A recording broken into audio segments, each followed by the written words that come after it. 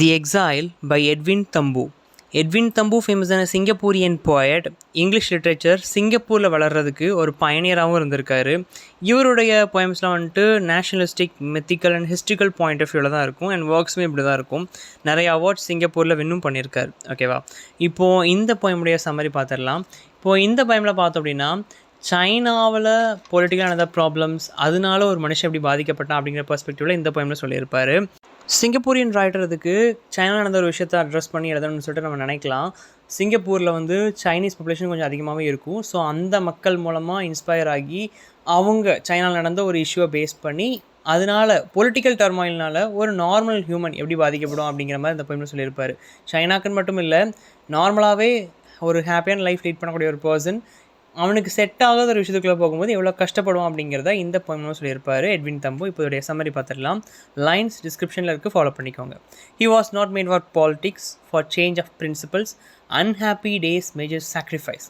He was not made for politics. இந்த poem ஃபுல்லாகவே ஹீன்னு ஒருத்தனை ரெஃபர் பண்ணுறாரு. அவன் அந்த அரசியலுக்கு சரியான ஒரு ஆள் கிடையாது, தகுதியான ஒரு ஆள் கிடையாதுன்னு சொல்லிட்டு ஆரம்பிக்கிறாரு. ஃபார் சேஞ்ச் ஆஃப் பிரின்சிபல்ஸ், அரசியல்வாதிகள் நமக்கு தெரியும், திடீர்னு இப்போ ஒருத்தவங்க கூட கூட்டணி வச்சுருப்பாங்க, நாளைக்கு இன்னொருத்தவங்க கூட்டணி மாற்றுவாங்க. கொள்கைகள்ங்கிறது மாறிக்கிட்டே இருக்கும். நிலையான கொள்கைன்னு அரசியல்வாதியை நம்ம கை காட்டவே முடியாது, அது ரொம்ப கஷ்டம். ஏன்னா எந்த அரசியலும் இப்படி கிடையாது. இன்றைக்கி ஒரு கொள்கை வச்சுருப்பாங்க, நாளைக்கு மாற்றுவாங்க. ஸோ இவர் போயமில் ரெஃபர் பண்ணக்கூடிய அந்த அந்த பர்சன், அவன் பாலிட்டிக்ஸ்க்கு ஏற்ற ஒரு ஆள் கிடையாது. ரீசன் என்னென்னா, அங்கே வந்து பிரின்சிபல்ஸ், கொள்கைகளை மாற்றிக்கிட்டே இருப்பாங்க. இவன் வந்து கொள்கையை மாத்திரமும் கிடையாது. ஸோ இவனுக்கு அது செட் ஆகாது. Unhappy days major sacrifice. அரசியலுக்கு போயிட்டோம்னாலே நிறைய நாட்கள் ரொம்ப சாரோவாக தான் போகும். தென் நிறைய விஷயங்களை சாக்ரிஃபைஸ் பண்ண வேண்டியது இருக்கும். இவன் அதுக்கெலாம் செட் ஆகிற ஒரு ஆள் கிடையாது. Even a bit part in tragedy seemed most unlikely. இந்த பர்சன் ஹீன்னு ரெஃபர் பண்ணுறாரு இல்லையா, இப்போ அந்த பர்சன் வந்து ஒரு ட்ராஜடியில் ஒரு சின்ன பார்ட் எடுத்தாலும், அதாவது அவன் மூலமாக ஒரு கெட்டது நடந்துட்டுனாலும் அது அவனுக்கு பிடிக்காது. அவன் அதில் வந்து இன்ட்ரெஸ்டே காட்ட மாட்டான். அவனுக்கு வந்து ட்ராஜடிங்கிறதே பிடிக்காது. சோகமான விஷயம், தன்னால் மற்றவங்களுக்கு வந்து கெடுதி நடக்கக்கூடாதுன்னு சொல்லி நினைக்கிற ஒரு பர்சன் தான் இந்த பர்சன். ஸோ இவன் அரசியலுக்கு தகுதியான ஒரு ஆள் கிடையாது அப்படிங்கிற மாதிரி சொல்கிறாரு. There was in him a cool Confucian smile. கன்ஃபியூஷியஸ்னு ஒருத்தர் உண்டு. அவர் யாருன்னா சைனாவை சேர்ந்த கிரேட்டஸ்ட் ஃபிலாசபர். ஸோ அவர் வந்து ரொம்ப வயசான ஒரு ஆள். அவரை மாதிரியே இந்த பர்சன் ஹீன்னு ரெஃபர் பண்ணியிருக்கக்கூடிய, இந்த போயமில் ரெஃபர் பண்ணியிருக்கக்கூடிய அந்த பர்சனும் ரொம்ப வயசான ஒருத்தன், ரொம்ப கூலாக இருப்பான். இன் ஹிம் அ கூல், ரொம்ப கூலாக இருக்கக்கூடியவன். இப்படி இருக்கிற ஒருத்தன் பாலிடிக்ஸ்க்கு என்ன ஆக மாட்டான், செட் ஆக மாட்டான் அப்படிங்கிறத இந்த ஃபர்ஸ்ட் பேரால சொல்கிறார். He was not made for politics. அது எதுக்குன்னு ரீசன் அவுட் பண்ணியிருக்காரு. Some suitable history would have been a place in the family bank. இவனுடைய ஹிஸ்ட்ரி எப்படின்னு கொடுத்துருக்கலாம், அதாவது அவனுடைய லைஃப் எடுத்துட்டோம் அப்படின்னா எப்படிப்பட்ட வாழ்க்கை அவன் வாழணும் அப்படின்னா, எ place in the family bank. நிம்மதியாக போய் ஒரு பேங்க்கில் வேலை பார்க்குறதுக்கு ஏற்ற ஒரு ஆள் இவன் பாலிடிக்ஸ்க்கு ஏற்ற ஒரு ஆள் கிடையாது. Consolidated by a careful match, a notable gain in family wealth, a strengthening of the clan. Consolidated by a careful match அப்படின்னா, இவனுக்குன்னு பக்கா ஒரு பொண்ணை ஏற்பாடு, வீட்டில் கல்யாணத்துக்கு எல்லாம் அரேஞ்ச் மேரேஜுக்கு ஏற்பாடு பண்ணிட்டாங்க ஒரு பொண்ணு இவனுக்கு. A notable gain in family wealth, அதாவது அந்த பொண்ணை கல்யாணம் பண்ண மூலமாக இவங்க ஃபேமிலிக்கு ஒரு நல்ல வெல்த், நல்ல பைசா கிடைக்கும். அந்த பொண்ணு வீடு மேபி நல்லா பணக்கார வீடாக இருக்கலாம். ஸோ இவன் இந்த பொண்ணை மேரேஜ் பண்ணிக்கிறது மூலமாக இவங்க ஃபேமிலிக்கு நல்ல ஒரு லாபம் இருக்குது. எ ஸ்ட்ரென்தனிங் ஆஃப் த கிளான், இவங்க குடும்பமே நல்ல ஒரு ஸ்ட்ரென்த் ஆகும். அப்போ நல்ல ஒரு வசதியான வீட்டில் இவனுக்காக பொண்ணு பார்த்துருக்காங்க. ஸோ அந்த பொண்ணை மேரேஜ் பண்ணோன்னா நிறைய ஒரு ஆதாயம் இருக்குது இவனுக்கு ஃப்யூச்சரில். And ordinary life, ordinary longevity. அந்த பொண்ணை மேரேஜ் பண்ணால் லைஃப் அது பாட்டுக்கு ஜாலியாக போகும், நல்ல ரொம்ப வருஷத்துக்கு வாழலாம், சந்தோஷமாக வாழலாம், ஒரு ஆர்டினரியான ஒரு லைஃப்பை லீட் பண்ணலாம் அப்படின்னு சொல்லியிருக்காரு. Of these things his father sadly dreams. ஆனால் இப்போ அவங்க அப்பா மட்டும் உட்காந்து கனவு கண்டுருக்காருச்சா, நம்ம பையன் இந்த பொண்ணை கட்டியிருந்தான்னா அவன் பாட்டுக்கு சந்தோஷமாக ஒரு லைஃப்பை வாழ்ந்துருக்கலாம்னு சொல்லி அவங்க அப்பா தான் கனவு கண்டுட்டுருக்காரு. அவன் கனவு காணலை, ஏன்னா அவன் தான் பாலிடிக்ஸ் போயிட்டான்ல. ஸோ அதான் பிகிலேருந்து சொல்லுவார், பாலிடிக்ஸ் இவனுக்கு செட் ஆகிற ஒரு இதே கிடையாது. அவன் வீட்டில் கூட நல்ல ஒரு பொண்ணு பார்த்துச்சாங்க, பட் அதேமாரி அவன் பாலிடிக்ஸ் போயிட்டான். இப்போ அவங்க அப்பா உட்காந்து கனவு மட்டும் கண்டுட்டுருக்காரு, நம்ம பையன் கல்யாணம் தான் நல்லா இருக்குன்னு சொல்லிட்டு அவங்க அப்பா கனவு கண்டுட்டுருக்காரு அப்படின்னு சொல்லி இதில் கொடுத்துருக்கு. He was not made for politics but those days were China rot. அவன் அந்த பாலிடிக்ஸ்க்கு சரியான ஒரு ஆளே கிடையாது, அவனுக்கு பாலிடிக்ஸே பிடிக்காது, அவனுக்கு செட்டே ஆக மாட்டான். மறுபடியும் சொல்கிறாரு, எதுக்கு ரிக்கர்சிவாக சொல்லிக்கிட்டே இருக்கார் அப்படின்னா, அவனுக்கு வந்து பொலிட்டிக்ஸில் நாலேஜும் கிடையாது, பொலிட்டிக்ஸ் அவனுக்கு பிடிக்கவும் செய்யாது அப்படிங்கிறது ரொம்ப ஸ்ட்ராங்காக எம்ஃபசைஸ் பண்ணி காட்டணும் அப்படிங்கிறதுக்காக திரும்ப திரும்ப அந்த லைன் வருது. ஓகேவா? ஸோ அந்த பர்சன் பொலிட்டிக்ஸ்க்கு ஏற்றவும் கிடையாது. But those days were China rot. ஆனால் அந்த நேரத்தில் சைனா அப்படி கிடையாது. சைனா வந்து நம்ம நினைக்கிற மாதிரி நார்மலாக அங்கே பொலிட்டிக்கலாக நிறைய ப்ராப்ளம்ஸ் சைனாக்குள்ளே இருந்துச்சு. Uncertain of loyalty is full of the search for a soul, a pride. யாரையுமே நம்ப முடியாது சொசைட்டியில், ரொம்ப ட்ரபிள்ஸ் இருந்துச்சுல. ஸோ யாரையுமே நம்ப முடியாது. அப்படி இருக்க எவனாவது நல்லா சிக்க மாட்டான்னு சொல்லி எல்லாருமே தேடிக்கிட்டு இருந்த ஒரு காலம் சைனாவில். அப்போ out of ancestral agony, gunboat policy, the disaster of the Kuomintang. இதில் வந்து கியோமிங்டாங்னு கொடுத்துருக்கிறது வந்துட்டு ஒரு political party, Chinese national party. 1928 1949 வரைக்கும் சைனாவை ரூல் பண்ண ஒரு பார்ட்டி இது. ஓகேவா? இந்த பார்ட்டி பீரியடில் தான் கன்போர்ட் பாலிசின்னு ஒரு பாலிசி வந்து நிறைய ட்ரபிள்ஸ்லாம் சைனாவுக்குள்ளே வந்துச்சு. ஓகேவா? ஸோ இந்த மாதிரி நிறைய அந்த இவங்க ஆட்சியில் இருக்கும்போதுமே நிறைய ட்ரபிள்ஸுமே அங்கே இருந்துச்சு. ஸோ இதெல்லாம் தான் மறைமுகமாக சொல்கிறார். என்ன சொல்கிறார் அப்படின்னா, இந்த ஆள், இந்த ஹீன் ரெஃபர் பண்ணி இந்த பர்சன் பாலிடிக்ஸ்க்கு வரும்போது சைனா நார்மல் ஸ்டேட்டில் இல்லை. பாலிடிக்ஸில் இன்ட்ரெஸ்ட்டே இல்லாத ஒரு ஆர்டினரி லீஃப் லீட் பண்ண வேண்டிய ஒரு ஆள் பாலிடிக்ஸ்க்கு வந்ததுக்கு ரீசன் என்ன அப்படின்னா, சைனா அந்த பீரியடில் அது ரூல் பண்ண லீடர்ஸாலையும் அங்கே இருந்த மற்ற ப்ராப்ளம்ஸ்னாலையும் ரொம்ப டர்மாயிலில் இருந்துச்சு. அதுக்கு தான் அந்த பொலிட்டிக்கல் பார்ட்டி பேரையும் கொடுத்துருக்காரு. தென் எந்த பாலிசினால ப்ராப்ளம் வந்துச்சு அப்படிங்கிறதையும் கொடுத்துருக்காரு. So the new people duke him in to self discussion, exciting oratory. So அந்த புது பீப்புள்னால் அந்த ரெவல்யூஷனரி பண்ணுற அந்த பீப்புள்.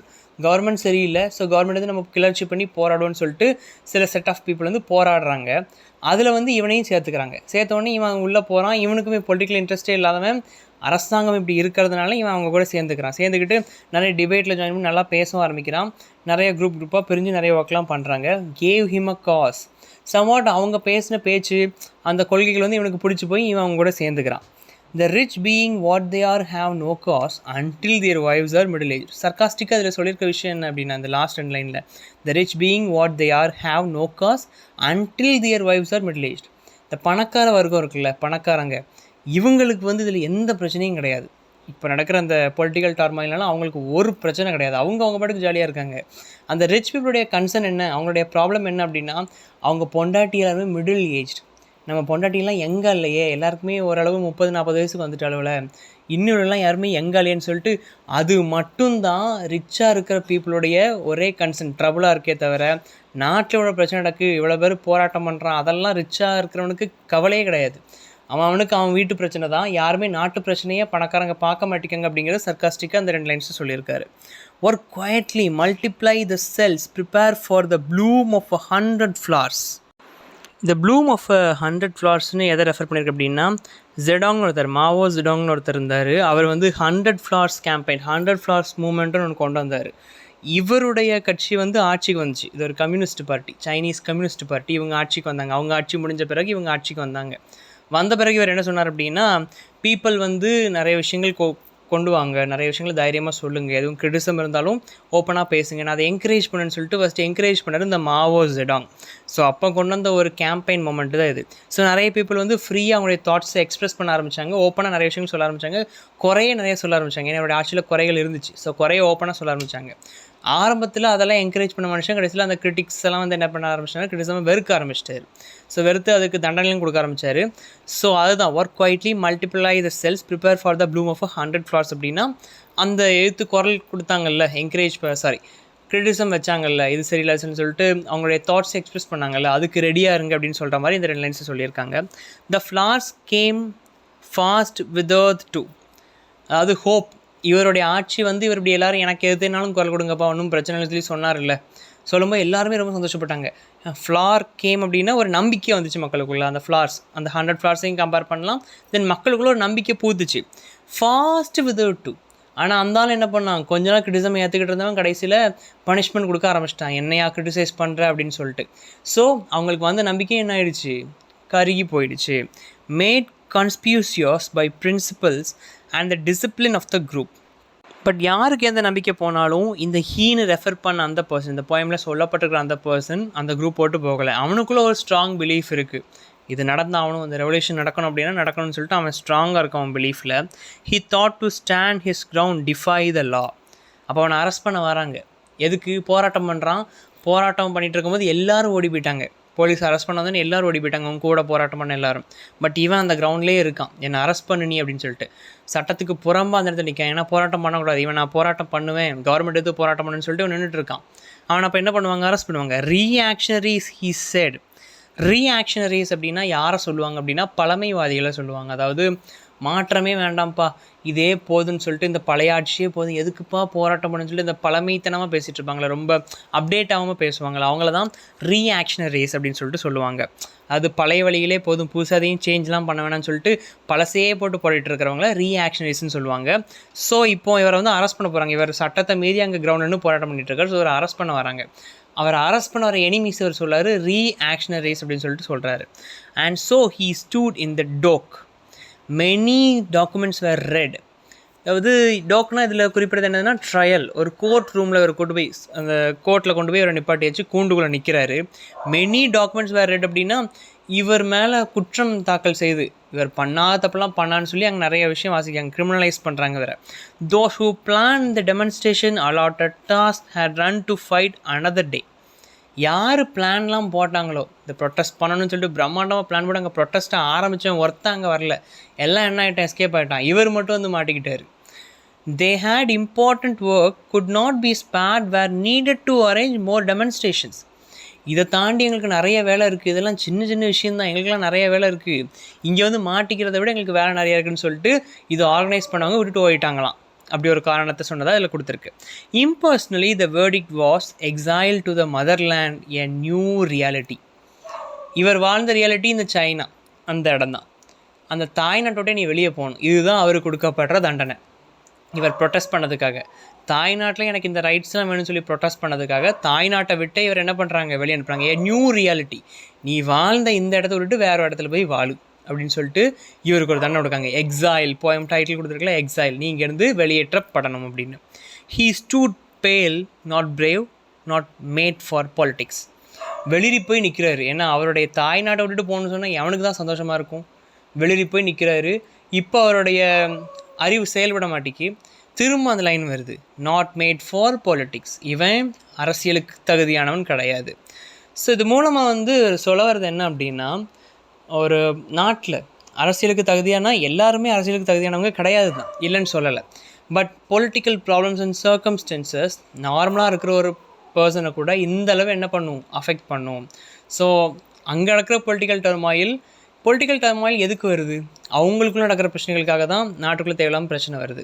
அதனால் பாதிக்கப்படுறது இந்த மாதிரி சாதாரணமாக இருக்கிற மக்கள், எதுவுமே தெரியாத, அரசியல்னால் என்னென்ன தெரியாத ஒருத்தன் கூட பாதிக்கப்பட்டு தான் சொந்த நாட்டை விட்டு வெளியே போகிறான். இப்போ ஒருத்தர் மட்டும் இல்லை, இந்த மாதிரி நிறைய பேர் எதிர்த்து கேட்டதுக்காக நாட்டை விட்டு வெளியேற்றப்பட்டிருக்காங்க இந்த டைமில். ஓகேவா? ஸோ அதெல்லாம் சுற்றி காட்டுற மாதிரி தான் இந்த போயம் எழுதியிருக்காரு எட்வின் தம்பு. ஸோ தீம்ஸ்ன்னு பார்த்தோம்னா betrayal and abandonment, sacrifice, family expectations versus reality, இதெல்லாம் இந்த போயமுடைய தீம்ஸை சொல்லலாம்.